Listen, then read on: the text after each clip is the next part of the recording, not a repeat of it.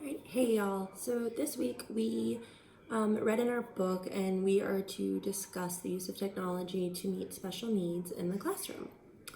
I would have to say there's absolutely a correlation between improved learning and student success by allowing students to use accessibility tools in the classroom. If there wasn't a correlation, if we weren't seeing the results that we wanted to see, or the results were not providing the data to support that students are actually learning better, we wouldn't see the growth in our IT departments or programs. We wouldn't see a push for new technology all the time like we are seeing. I do believe that it is up to the educator in the classroom, though, to ensure that a student stays on task and is using that tool for the right purposes.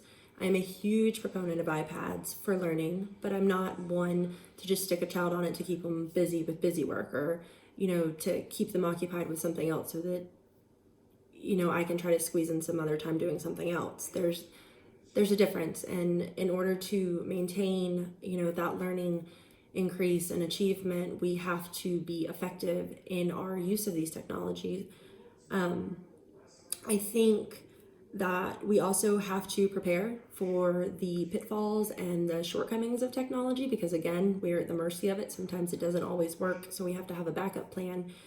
Having that backup plan in place will eliminate a lot of undue stress and tension in that situation. When you know how to transition, it will make it better for your student, especially if it's a special needs student.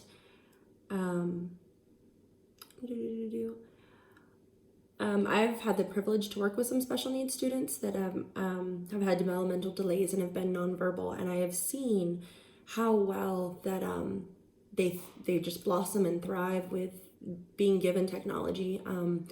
There's one that I just adore. He is a nonverbal and does not choose nor want to speak, but you give him his iPad and it has his words on it, and he can carry on a full-blown conversation with you. It's amazing to me that a kid that went from not being able to express how he feels, again, can have that full-blown conversation, can tell you what he wants, can tell you what he needs. It's funny that there's a button on there that says, "I need a break." And, after he's worked hard, he hits it and he knows exactly what he's telling you. He needs a break. He's been stimulated enough, and, let me have a break. So I definitely would say that there is a correlation between using technology in the classroom and student success and student learning. I think that we need to do our due diligence with it. We need to continue to study it and monitor it and be proactive in it. We have to know the risk associated with using it, and we have to ultimately keep our students' best interest in what ultimately would be best for them at heart when we use these things. So again, technology is great, but it's not a babysitter. So don't substitute it and expect to see, your students succeed if you're not providing the proper instruction on what they need to be doing. All right, thanks. Bye.